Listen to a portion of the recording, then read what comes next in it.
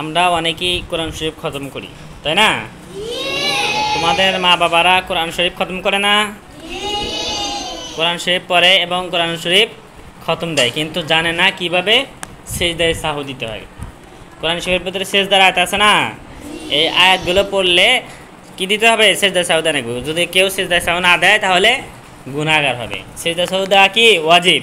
যেরকম কোরআন শরীফের ভিতরে আছে, দেখি তুমি দাঁড়াও, এরকমভাবে আছে যে এই যে লাস্টের আয়াত, এই যে কাল্লা লা তুতিহু ওয়াসজুদু ওয়াকতারিব, তাই না? এই আয়াতটা আছে না?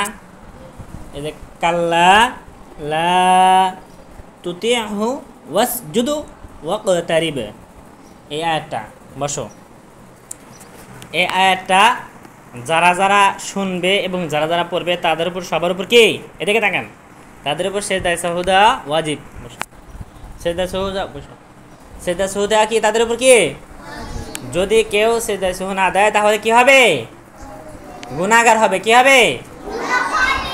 আপনাদের আম্মুরা, আপনাদের বাবারা যারা কোরআন শরীফ খতম দিচ্ছে অনেকেই জানে না, আপনারা এটা কি বলবেন কিভাবে দিতে হয়।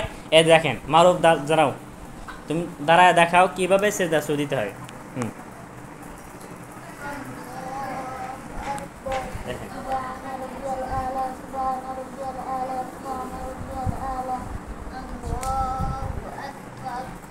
দেখছেন?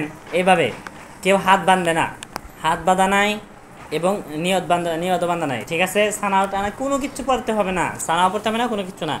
শুধু আল্লাহু আকবার গিয়ে সেজদায় যাবেন, গিয়ে 3 বার সুবহান রাব্বিল আলা বলবেন, বলার পরে উঠা পড়বেন। এইভাবে যতগুলো সেজদার আয়াত পড়ছেন ততগুলো সেজদা দিবেন, ঠিক আছে? পারবেন আপনারা সবাই? বাড়িতে গিয়ে আপনার আব্বু আম্মুদেরকে এগুলা জানাইবেন, শিখাইবেন, বলবেন যে এইভাবে সেজদায়ে সাহু দিতে হয়। যদি আমরা সেজদায়ে সাহুগুলো না দিই তাহলে আমরা গুনাহগার হব, ঠিক আছে? এবং যারা যারা শোনে তাদেরও কি দিতে হয়? তাদেরও সেজদায়ে সাহু দিতে হয়, ঠিক আছে? নে পারবেন সবাই? আমরা এগুলা খেয়াল করব, সবাই কি করব? আমরা আমল করব, ঠিক আছে? আচ্ছা, ঠিক আছে। আসসালামু আলাইকুম।